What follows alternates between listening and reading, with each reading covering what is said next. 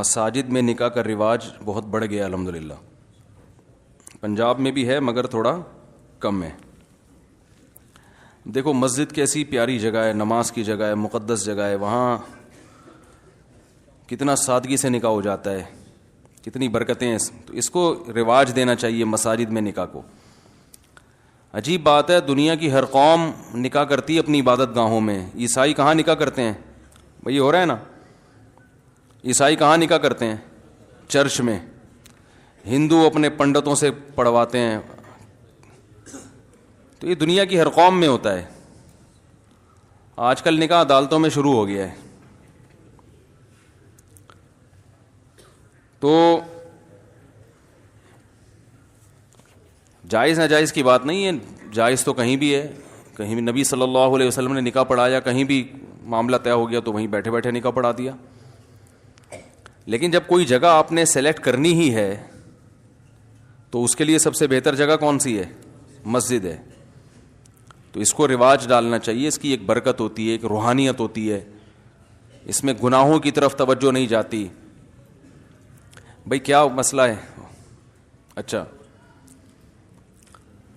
دوسرا بار بار اس پر بات ہوتی رہتی ہے, نکاح کو آسان بناؤ, آسان بناؤ, آسان بناؤ, ٹینشن فری بناؤ نکاح کو. زنا کو مشکل ہونا چاہیے, نکاح کو آسان. تو اس نکاح کو آسان کیسے کیا جائے گا؟ جہیز ختم کرو. کیا خیال ہے بھائی؟ ابھی بیان پورا ہوا نا.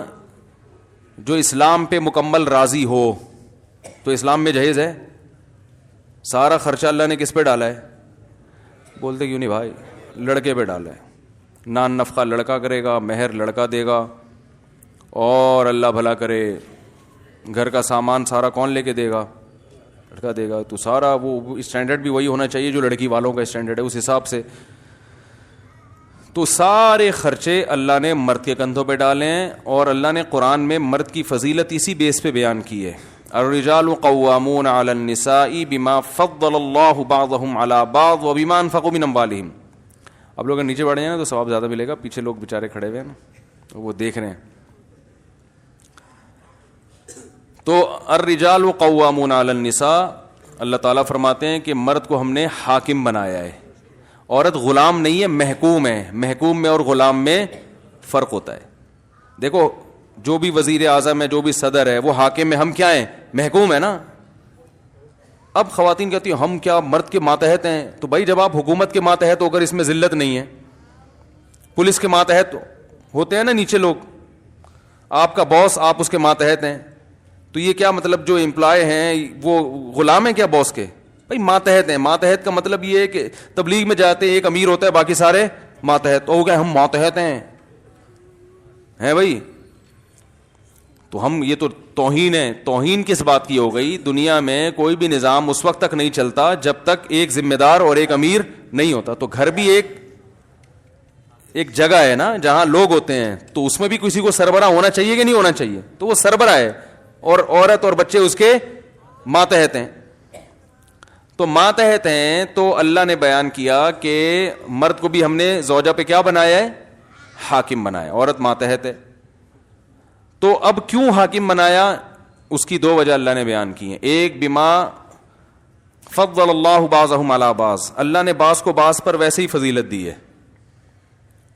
کچھ صلاحیتیں اللہ نے مرد کو عورت سے زیادہ دی ہیں. اس بیس پر وہ گاڈ گفٹڈ ہیں. وہ کیا ہیں؟ وہ خدا کی طرف سے. دیکھو جنگل میں شیر ہوتا ہے, اور لومڑی ہوتی ہے, اور چیتا ہوتا ہے. اب چیتا کہ مجھے شیر کیوں نہیں بنایا, میرے جبڑوں میں وہ طاقت کیوں نہیں رکھی اللہ نے؟ تو اللہ کہیں گے بھائی سب کو ایک جیسا میں نے نہیں بنایا. ہم کیا ہمیں پیغمبر کیوں نہیں بنایا؟ مشرکین مکہ نبی صلی اللہ علیہ وسلم پہ یہ اعتراض کرتے تھے کہ ہم میں جو قوم کا سردار کو اللہ نے پیغمبر کیوں نہیں بنایا, ایک یتیم کو کیوں بنایا؟ تو اللہ نے کہا کہ اہم یقسمون رحمت ربک, اللہ کی رحمت ہے, کیا تم ٹھیکیدار ہو اس رحمت کی تقسیم کے؟ اللہ جس کو چاہے تو دے جو نعمت دے. تو اسی طرح اللہ تعالیٰ نے مرد کو آدمی بنا دیا, عورت کو عورت بنایا. تو اس کی ایک وجہ تو اللہ نے مرد میں کچھ صلاحیتیں زیادہ رکھی. دوسری وجہ جو اصل میں فوکس کر رہا ہوں, بما انفقوا من اموالہم, اللہ فرماتے ہیں وجہ اس کی ہے کہ مرد عورت پہ مال بولو نا بھائی, خرچ کرے گا. یہ اسلام میں سسٹم 100% غلط ہے کہ عورت بھی کمائے اور مرد بھی کمائے, اور مرد عورت کی کمائی کھائے, عورت اپنی کمائی خود مرد ذمہ داری نہ اٹھائے. یہ اسلام نہیں ہے. میں کہتا ہوں پورے گورے بن جاؤ یا پورے مسلمان بن جاؤ, یہ بیچ میں کیوں لٹکے ہوئے ہو؟ خواتین کہتی ہیں ہم جاب کریں گے, ہم یہ کریں گے, ہم جاب ایکچولی آج کل گزارا نہیں ہوتا یہ ہو. پھر بھائی جاب جب کر رہے ہو تو یہ کہاں سے لیا تم نے کلچر؟ انگریزوں سے. تو پھر انگریزوں کو پورا فالو کرو. پھر آپ کے میاں کا اگر کسی عورت سے آنکھ مٹکا چل رہا ہے تو آپ کو تکلیف نہیں ہونی چاہیے, کیونکہ انگریز میں عورتیں جب جاب کرتی ہے تو وہ شوہر بھی ان کا پھر پابند نہیں ہوتا, اس کی 10-20 گرل فرینڈ بھی ان کا کلچر اجازت دیتا ہے, قانون بھی اجازت دیتا ہے. میں سمجھا پا رہا ہوں اپنی بات؟ پورا فالو کرو نا. یہ کیا آدھا اپنے مطلب کا ادھر سے, اور جہاں ادھر مزہ آ رہا ہے وہ وہاں سے, اور جہاں ادھر مزہ آ رہا ہے. ارے کیا ہو گیا بھائی, پھر دوبارہ بیان شروع ہو گیا. یہ تو یہی ہو رہا ہے نا آج کل. بھائی اسلام نے اگر مرد پر ذمہ داریاں زیادہ رکھی ہیں کہ ساری زندگی تم نے کھلانا ہے اور ادھر ادھر آنکھ مٹکا کرنے کی بھی تمہیں اجازت نہیں ہے, تو پھر اللہ تعالیٰ نے اس کو کچھ حقوق بھی دے دیے نا, کہ اب یہ تمہارے ماتے, یہ گھر سے نکلنے سے پہلے تم سے پوچھے گی تمہاری اجازت کے بغیر گھر کی 4 دیواری سے باہر نہیں نکل, تمہاری اجازت کے بغیر کسی کو گھر میں نہیں آنے دے سکتی, تمہاری پرمیشن کے بغیر فون پہ نہیں بات کر سکتی. یہ نہیں کہ اب 24 گھنٹے آپ سے پرمیشن لیتی رہے, لیٹر لکھ کے دے. مطلب یہ کہ اگر تم یہ سمجھتے ہو کہ فلاں جگہ اس کا بات کرنے سے مجھے تکلیف ہوتی ہے تو تم اس پہ روک سکتے ہو, کیونکہ ہر چیز کو غلط لے کے جاتے ہیں نا. ہر دفعہ فون کرنے سے پہلے پوچھے گی میں امی سے بات کر لوں, ابا سے بات کر لوں, یہ نہیں مطلب ہے. مطلب یہ ہے کہ اگر آپ کو کسی سے بات کرنا اچھا نہیں لگ رہا بیگم کا, تو آپ اس پہ پابندی لگا سکتے ہیں, اس بیس پہ اس کا نان نفقہ بند کر سکتے ہیں آپ. یہ بیسک رائٹس ہیں جو اللہ نے آدمی کو دی ہیں. تو اس طرح کی چیزیں اللہ اب آدھے ادھر سے لے رہے ہیں, آدھے بولو بھائی ادھر سے لے رہے ہیں, تو پھر کہیں بھی ایڈجسٹمنٹ نہیں ہو پا رہی ہے. تو پیڑے کھانے کا شوق ہے بس ہمیں نا, پیڑے کھانے کا شوق ہے کہ اسلام کے حقوق پورے لیں, ذمہ داریاں جو اسلام نے لگائی ہیں وہ ادا نہ کریں ہم. تو اب اللہ تعالیٰ نے بھائی مرد کو جو فضیلت دی ہے, گھر کا سربراہ بنائے, اس کی بڑی وجہ قرآن بیان کر رہا ہے کہ مال کون خرچ کرے گا.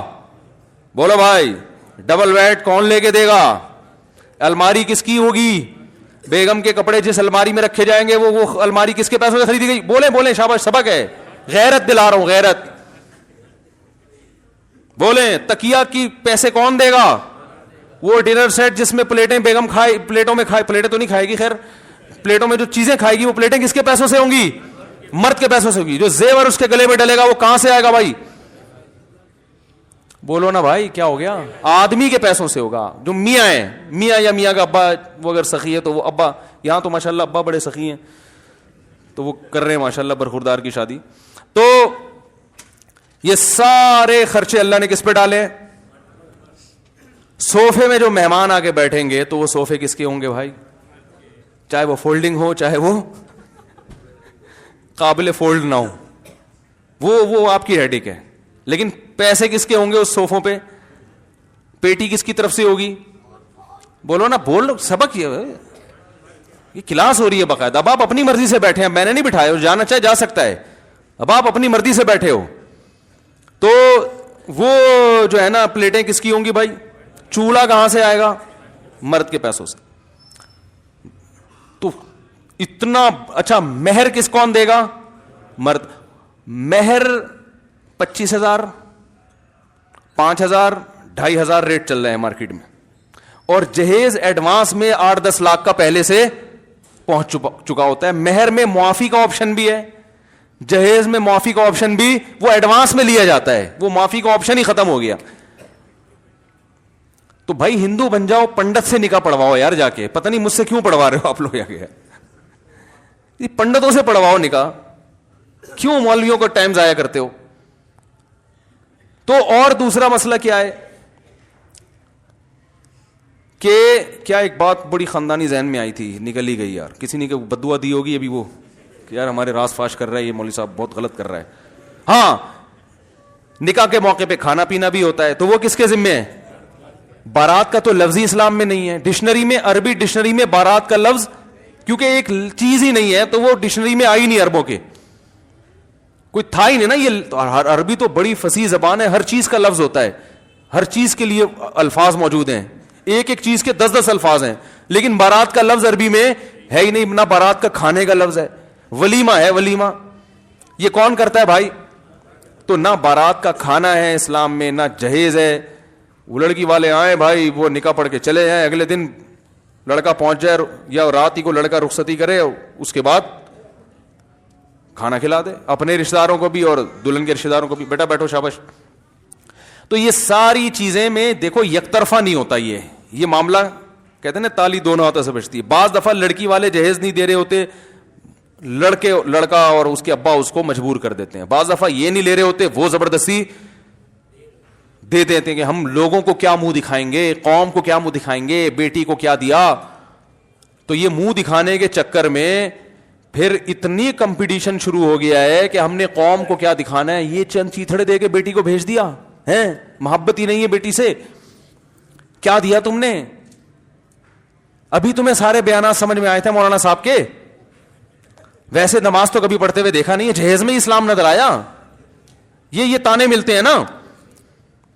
تو نتیجہ یہی نکلتا ہے کہ تھوڑا تھوڑا کرتے کرتے کرتے کرتے اب ظاہر ہے تھوڑا اس لیے دینا ہے کہ لوگوں کا منہ بند ہو, تو لوگوں کا منہ تھوڑے پہ بند نہیں ہوتا.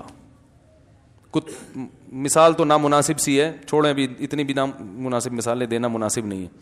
تو بہرحال آدھا لفظ تو نکل چکا تھا لیکن ریورس کیا میں نے. تو تھوڑے سے لوگوں کا منہ بند نہیں ہوتا, تھوڑے سے نہیں بند ہوتا. وہ پھر کمپٹیشن دیکھو نا. مجھے انڈیا میں ایک صاحب نے ویڈیو بھیجی, جہیز کا نا پورا تمبو لگا کے جہیز کی نمائش ہو رہی ہے, نمائش ہو رہی. انڈیا کے مسلمان بہت اچھے ہیں الحمدللہ, بہت سو سے, لیکن کچھ چیزیں ہندوؤں سے انہوں نے لی ہیں اور کچھ چیزیں ہم نے بھی ہندوؤں سے لی ہیں. تو جو ہندوؤں کو فالو کرتے ہیں وہ جیسے ہم کرتے ہیں تو وہاں بھی بہت سے لوگ فالو کرتے ہیں. تو انہوں نے مجھے ویڈیو بھیجی کہ وہ باقاعدہ نمائش ہو رہی ہے, پبلک کو لائن لگا کے لوگ دیکھ رہے ہیں کہ سیٹھ صاحب نے اپنی بیٹی کو کیا کیا دیا ہے. کیا جہالت ہے, کتنی جہالت ہے. یہ کوئی فخر کرنے کی چیز ہے؟ آپ نے اپنی بیٹی کو, کوئی آدمی مولوی صاحب کو گفٹ لا کے دیتا ہے, ویڈیو بنا رہا ہے اور اس کو نیٹ پہ اپلوڈ کر رہا ہے, میں نے مولوی صاحب کو اتنے پیسے دیے تھے. مولوی صاحب کو غصہ آئے گا نا, او بھائی تو اگر دے بھی دیے تھے تو دنیا میں کیوں ڈھنڈورا پیٹ رہا ہے بھائی؟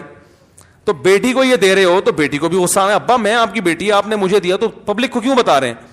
داماد کو بھی غصہ آنا چاہیے کہ بھائی اگر آپس میں ہمارا آپس کا معاملہ ہے, دے دیا تو پبلک کو کیوں بتا. لیکن کسی کو بھی غصہ نہیں آتا, کیونکہ سب کو پتا ہے کہ جہیز دنیا کو دکھانے کے لیے دیا جا رہا ہے. تو جب دکھانے کے لیے تو دکھانا تو پڑے گا نا میرے بھائی. ہمارے حضرت فرمایا کرتے تھے کہ اگر بیٹی کو کے بارے میں ڈر ہو کہ سسرال میں جا کے پتہ نہیں کیا ہو جائے گا, کوئی تحفظ ہونا کہ کچھ مسائل نہ کھڑے ہو جائیں, تو چیک دے دیا کرو. 25 لاکھ کا چیک دے دیا, چپکے سے پکڑا دیا, بیٹا یہ تمہارا چیک ہے, اگر کوئی اللہ نہ کرے سسرال میں ہوا کچھ مسئلہ ہوا تو یہ بینک میں تمہارے اتنے پیسے پڑے ہوئے, یہ اتنا گولڈ چپکے سے داماد کو پتہ بھی نہ چلے. صحیح ہے نا؟ کیونکہ پتہ چلے گا تو بہت اچھے داماد بھی ہوتے ہیں, جو یہاں جو داماد بیٹھے ہیں ان کے علاوہ کی بات کر رہا ہوں, وہ پھر بیگم کے سونے پہ نظر, کیا خیال ہے, تو بہت سارے مسائل کھڑے ہو جاتے ہیں. تو ایسے فرمایا اگر بہت ہی محبت ہے تو یہ دے دو, لیکن یہ کوئی نہیں دے گا. صوفے دیں گے کیونکہ وہ نظر آ رہا ہے, سونے کے سکے جو چپکے سے دیے جاتے ہیں, پرس میں ڈال دیے جاتے ہیں, وہ نظر نہیں آتے. یہ بیڈ نظر آ رہا ہے, یہ صوفے نظر آ رہے ہیں, الماری نظر آ رہی ہے, پورا قارون کا خزانہ. تو بھائی میں کہتا ہوں اللہ کا واسطہ مل جل کے اس رسم کو ختم کرو. پھر بھی میں کہتا ہوں اگر لڑکے والوں نے پورا زور لگا دیا, لڑکی والے نہیں مانتے, زبردستی دے رہے ہیں, تو پھر آپ زبردستی روک نہیں سکتے. کیونکہ ایک آدمی اپنی بیٹی کو گفٹ دے رہا ہے نا, تو آپ کو شرعاً اختیار نہیں ہے اسے روکنے کا. تو اس لیے پھڈے بازی نہ کریں, اس میں مضبوط لہجے میں بتا دیں کہ ہمیں یہ اچھا نہیں لگ رہا. اور لڑکے کا جو باپ ہے نا, وہ اپنی بیگم کو بھی بتا دے, کیونکہ بعض دفعہ جب لڑکی کا باپ رخصت کر کے بھیجتا ہے بغیر جہیز کے, تو وہ تانے پھر اسے سسرال میں ساری زندگی, بولو نا بھائی, ملتے ہیں. لائی کیا چند چیتھڑے, یہ ساسوں کی طرف سے, لائی کیا چند چیتھڑے, اور باتیں ایسے کرتی ہے جیسے تیرے باپ نے تجھے سونے میں تول کے بھیجا ہو. یہ بڑے پرانے ڈائلاگ ہیں جو ساسیں سیکھتی ہیں باقاعدہ, آرڈر پہ ان کو سکھائے جاتے ہیں کہ اس طرح سے اس اسٹائل میں بہو کے سامنے آپ نے یہ بولنا ہے. کوئی الٹا سیدھا ایسا نہیں کہ جو گلے پڑ جائے تانا. تو بعض دفعہ یہ خطرہ ہوتا ہے لڑکی کے باپ کو، یار پتہ نہیں کیا بنے گا وہاں جا کے، تو وہ دے رہا ہوتا ہے، تو وہ رشوت کے حکم میں ایسا جہیز. بعض دفعہ واقعی محبت سے ہی دے رہے ہوتے ہیں، لیکن وہ محبت سے دے تو رہے ہو، لیکن آپ دیکھو کہ یہ اسلام میں ایک چیز کو پسند نہیں کیا گیا، تو ایسی چیز کو پروموٹ کرنا، محبت کا کچھ اور طریقہ ایجاد کر لو، ٹھیک ہے نا. وہ طریقہ یہی ہے کہ سونے کے سکے پرس میں ڈال کے دے دیا، یا بیگم بچی کو بتا دیا دیکھو یہ تمہارا سونا ہے، گولڈ ہے، یہ میں نے تمہارے لیے بنایا ہے، جس دن تمہاری شادی ہونی تھی میں نے سوچا تھا اس دن ہینڈ اوور کروں گا، لیکن ابھی تو فی الحال چلی جاؤ، یہ لاکر میں پڑے ہوئے تمہارا، جب تمہیں ضرورت ہو تو یہاں سے لے لینا. ایسا یہ محبت کا طریقہ مارکیٹ میں ہے ہی نہیں ٹھیک ہے نا، ہے ہی نہیں، چل ہی نہیں رہا. پھر باقی بعد میں آپ جو چاہیں دیں بیٹی کو. میں یہ نہیں کہہ رہا کہ بچی کو کبھی زندگی میں کوئی گفٹ ہی نہیں دینا. گھر بس گیا، موقع ختم ہو گیا، پھر آپ کی بچی آپ کا داماد، پھر تو داماد کو آپ لینڈ کروزر خرید کے دیں. آپ اللہ کرے میرے سسرال والے بھی سن رہے ہوں. پھر تو بھائی جب موقع ختم ہو گیا تو جو مردی آپ کا داماد ہے، بیٹوں کی طرح ہوتا ہے داماد، تو سمجھنا چاہیے اس کو بیٹوں کی طرح. پھر آپ دیں گے تو ہم یہ کہیں گے کہ داماد کو واقعی بیٹا سمجھ کے دے رہے ہیں. ابھی نمائش کا عنصر زیادہ ہوتا ہے، گفٹ کا عنصر کم ہوتا ہے. بعد میں کون دیتا ہے؟ بعد میں تو داماد سے اس کی تنخواہیں پوچھ کے اس کو اور ٹارچر کرتے رہتے ہیں. ابے تو کیا کھلا رہا ہے، وہ اوپر سے مجھ سے پیسے مانگنے آ جاتا ہے بھائی. تو بعد میں آپ کا داماد ہے، آپ کی بیٹی ہے، بھائی پال لو پورے. اگر نیک داماد ہے تو پورا پالنے پر بھی گورنمنٹ کی طرف سے کوئی پابندی نہیں ہے. بچی کا گھر بسے گا اگر وہ اپنی ذمہ داری پوری کر رہا ہے. تو آپ جانے، آپ کا سسرال جانے، صلہ رحمی ہے. جتنا اچھا سلوک کریں گے داماد کے ساتھ، بیٹی کے ساتھ یا سسر بہو کے ساتھ، تو بہت اچھی بات ہے. ہم منع ہدیے سے، گفٹ سے منع نہیں کر رہے. ہم کہہ رہے ہیں کہ رسومات ہیں، نمائش زیادہ ہے، غریب باپ ٹینشنوں میں آئے ہوئے ہیں کہ شادی کیسے کریں بچوں کی. تو اس لیے سادگی اور خرچہ، بولو بھائی، کم سے کم خرچہ. حدیث میں آتا ہے اعظم النکاح برکتاً ایسرھا مؤونہ، سب سے زیادہ برکت اس نکاح میں ہے جس میں خرچہ سب سے کم ہو. ہم کہتے ہیں جتنی دھوم دھڑکے سے ہوگی اتنا ہی مزہ ہوگا. نہ وہ وقتی مزہ ہے، وہی ہے جو چرس اور ہیروئن کا ہوتا ہے. جتنا سادگی سے ہوگی اتنا ہی اس نکاح میں لذت زیادہ، آسانی سے. حضرت شیخ الحدیث مولانا زکریا رحمہ اللہ تعالیٰ کی زوجہ کا انتقال ہو گیا تو وہ پھر مصروف اتنے تھے، وہ کہتے تھے میں نکاح نہیں کروں گا. ان کی بہت زیادہ مصروف لائف تھی. انہوں نے کہا میں نہیں نکاح کرتا، کیونکہ سارا دن وہ کتابوں میں لگے رہتے تھے. تو ان کی غالباً چچا زاد بہن تھی، خالہ زاد بہن تھی. تو رشتہ داروں نے زور ڈالا بھائی نکاح کر دو. حضرت شیخ الحدیث ہے نا کہ بھائی اب آپ کی کزن ہے، آپ نکاح کر لیں، بغیر نکاح کے زندگی گزار رہے ہیں. بہت اصرار کیا تو ایک دن انہوں نے جب بہت اصرار کیا انہوں نے کہا چلاؤ پھر ابھی پڑھاؤ نکاح. لوگوں نے کہا یہ کیا بھائی؟ کہہ رہے ہیں بھائی اگر کرنا ہے تو پھر ابھی کراؤ، میرے پاس فالتو ٹائم نہیں ہے، ابھی کراؤ نکاح. بس ٹھیک ہے، گھر بیچ دو، رخصتی ہو جائے گی، ٹھیک ہے، ہماری بیوی بن جائے گی، پھر ہم خرچہ اٹھائیں گے اور جو اس کی ذمہ داریاں پوری کریں گے. تو لوگ ایسے مانتے نہیں ہیں. لوگوں کہتے ہیں یہ کون سا ہو رہا ہے نکاح. تو کہتے ہیں بھائی یہ میرے پاس اتنے بکھیڑوں کا ٹائم، آج کل اصل میں فالتو ٹائم بہت زیادہ ہے. اتنا ٹائم ہے، شادی کی 6 مہینہ پہلے تیاریاں ہو رہی ہیں، تو وہ والے آ رہے ہیں تو یہ والے جا رہے ہیں، پھر وہ آ رہے ہیں تو پھر یہ والے جا رہے ہیں، تو پھر وہ بری کی رسم آ رہی ہے، پھر وہ والے آ رہے ہیں، پھر پھڈا ہو گیا تو ان کو منا رہے ہیں.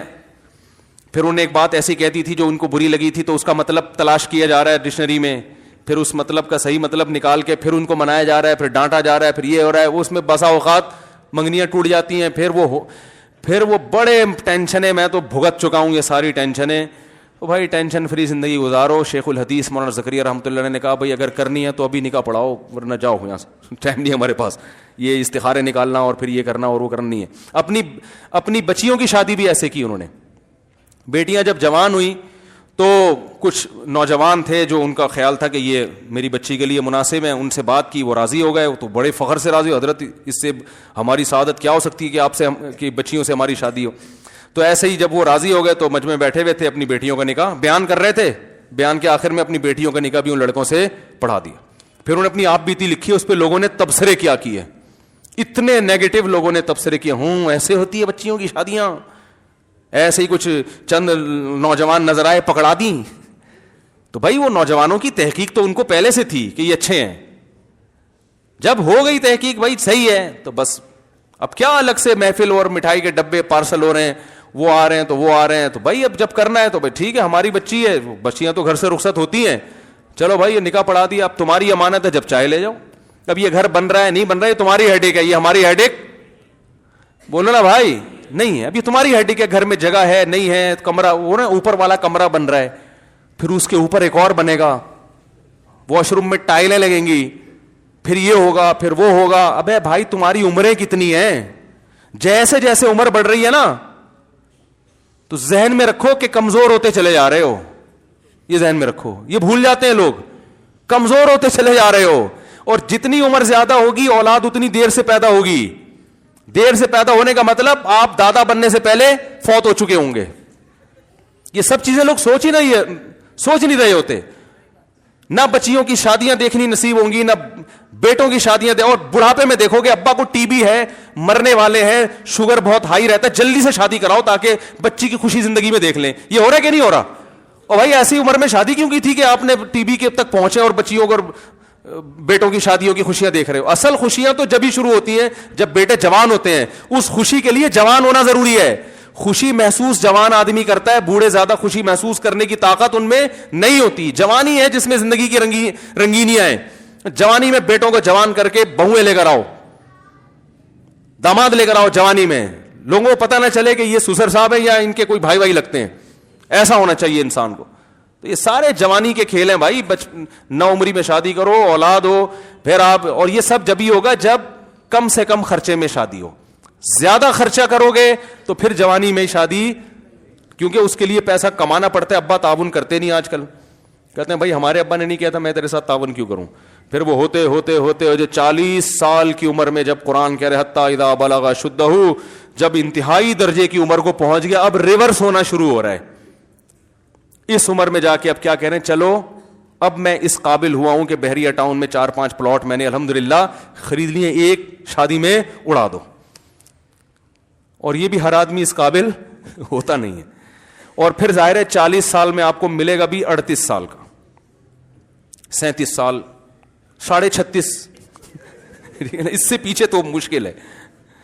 تو پھر وہ ظاہر ہے وہ بھی اتنی دنیا دیکھ چکی ہوتی ہے کہ وہ بھی اتنا کانفیڈنس کہ وہ ماتحتی قبول کرنے کے لیے تیار نہیں ہوتی. اس نے اتنی دنیا دیکھی ہے, اتنا کانفیڈنس کہ اس کا ایک اپنا لائف اسٹائل ہوتا ہے جس میں وہ بڑی میچور ہو چکی ہوتی ہے. وہ ساس کو ساس ماننے کے لیے تیار, وہ ایک ماحول میں ڈھل چکی ہوتی ہے. آپ اپنے حساب سے نہیں ڈال سکتے. تو یہ بڑے مسائل ہیں جس کی وجہ سے طلاقوں کے ریشو بڑھ رہے ہیں. تو کرو 40 سال میں نہیں کی تو ابھی کر لیں, بولے کوئی مسئلہ نہیں ہے اتنا, لیکن بہرحال آسان بناؤ میرے بھائی. کیا بناؤ نکاح کو؟ ہلکا پھلکا آسان. ہاں ولیمے میں اللہ نے آپ کو گنجائش زیادہ دی ہے تو اپنی گنجائش کے حساب سے پبلک کو کھانا کھلاؤ. بعض مالدار صحابہ ان کے 3 دن لنگر چلا کرتے تھے ولیموں کے.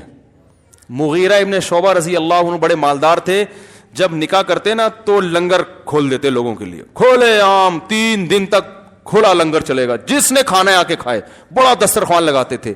تو یہ جو کہتے ہیں نا ولیمہ سادہ ہونا چاہیے, یہ تو ٹھیک ہے کہ یہ دھوم دھڑکا نہیں ہونا چاہیے, لیکن ولیمے میں اللہ نے اگر جتنی گنجائش دی ہے تو اس حساب سے کھانا کھلانا یہ کوئی برا عمل نہیں ہے. ہر آدمی کا اسراف الگ ڈیفینیشن ہے.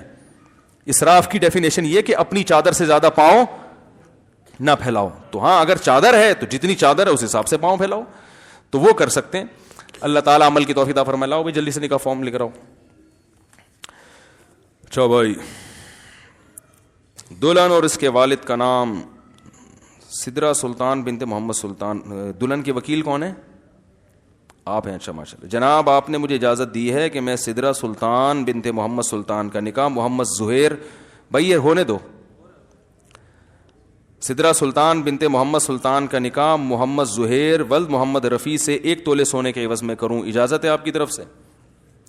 الحمد للہ نحمده ونستعینه ونستغفره ونؤمن به ونتوکل علیہ ونعوذ باللہ من شرور انفسنا ومن سیئات اعمالنا من يهده الله فلا مضل له ومن يضلل فلا هادي له ونشهد ان لا اله الا الله وحده لا شريك له ونشهد ان محمدا عبده ورسوله صلى الله تعالى عليه وعلى اله واصحابه وبارك وسلم تسليما كثيرا كثيرا.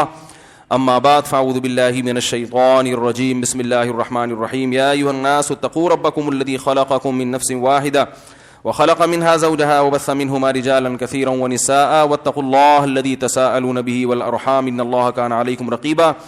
وقال تعالى يا ايها الذين امنوا اتقوا الله وقولوا قولا سديدا يصلح لكم اعمالكم ويغفر لكم ذنوبكم ومن يطع الله ورسوله فقد فاز فوزا عظيما. وقال النبي صلى الله عليه وسلم النكاح من سنتي وقال فمن رغب عن سنتي فليس مني. وقال النبي صلى الله عليه وسلم تزوجوا الودود الولود فإني مباهي بكم الأمم. وقال النبي صلی اللہ علیہ وسلم تزوجوا ولا تکونوا کرہبان النصارى. بھائی محمد زہیر وہ دن آ گیا, کب سے پیچھے پڑا ہوا تھا میری شادی کرا دو میری شادی کرا, آ گیا آج, تم بہت خوش قسمت ہو. ٹھیک ہے نا, وہ لطیفہ ضرور سن لینا. اس اتوار کو میں نے چوہے اور شیر والا لطیفہ سنایا ہے, وہ خاص دولہوں کے لیے. وہ اتوار کے بیان میں نا ضرور سن لینا. ابھی وقت زیادہ ہو گیا ورنہ دوبارہ سنا دوں جلدی جلدی. وہ ایک شیر نے نا شادی ہونے والی تھی, اس نے اعلان کیا, لومڑی سے کہا کہ میرا کارڈ بانٹو شادی کا, اور یہ کوشش کرنا کہ میری بارات میں کوئی گھٹیا خاندان کا گھٹیا آدمی نہ آئے, یعنی جنگل کا جو ہے نا. میں چونکہ شیر ہوں, جنگل کا بادشاہ ہوں, تو شیر ہوں نا, تو شیر کے خاندان میں چیتا آئے, بن مانس آئے اور بھیڑیا آئے, یہ سب چیزیں تو ٹھیک ہیں, کوئی گھٹیا نیچ نسل کا جانور نہیں آنا چاہیے.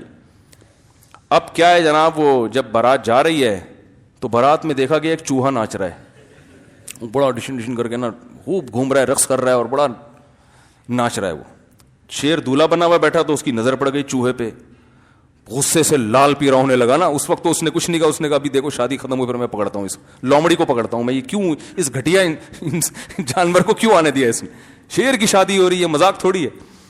اب چوہا ناچے جا رہے. بالآخر جب رخصتی ہو گئی شیرنی کی, شیر نے لومڑی کو بلا کے انکوائری کی, یہ کیا مذاق ہے, میں نے تجھے منع کیا تھا کوئی گھٹیا جانور نہیں آنا چاہیے. لومڑی نے کہا حضور غلطی ہو گئی.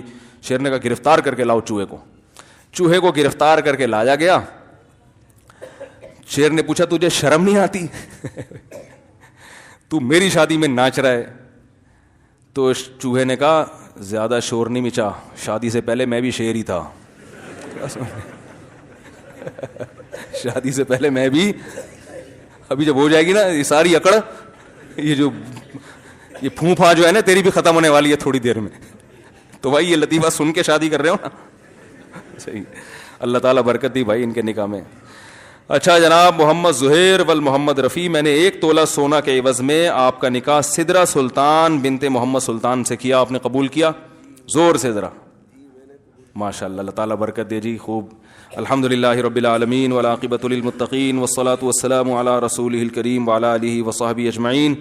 اے اللہ اس نکاح کو اپنے دربار میں قبول فرما. اے اللہ اس کی برکتیں میاں بیوی کو کامل طور پر نصیب فرما. تادم حیات محبت الفت کے ساتھ زندگی گزارنے کی توفیق نصیب فرما. آپس کے اختلاف و انتشار سے, لڑائی جھگڑوں سے, ہر قسم کے شر اور فساد سے اللہ ان دونوں کی ہمیشہ کے لیے حفاظت فرما. اے اللہ اس نکاح کو ان دونوں خاندانوں میں جوڑ کا ذریعہ بنا, دونوں خاندانوں میں محبت الفت کا ذریعہ بنا, دونوں خاندانوں کو شیطان کے شر سے, بغض و عداوت سے, غلط فہمیوں سے اللہ محفوظ فرما. اے اللہ جو ہم میں بیمار ہیں ان کو شفا عطا فرما, جس کی جو جائز مراد ہو اے اللہ اس کی مراد کو پورا فرما. اللہم انا نسألک من خیر ما سألک منہ نبیک محمد صلی اللہ علیہ وسلم, ونعوذ بک من شر ما استعاذک منہ نبیک محمد صلی اللہ علیہ وسلم. انت المستعان وعلیک البلاغ ولا حول ولا قوة الا باللہ. صلی اللہ تعالی علی خیر خلقہ محمد وعلی آلہ وصحبہ اجمعین برحمتک یا ارحم الراحمین.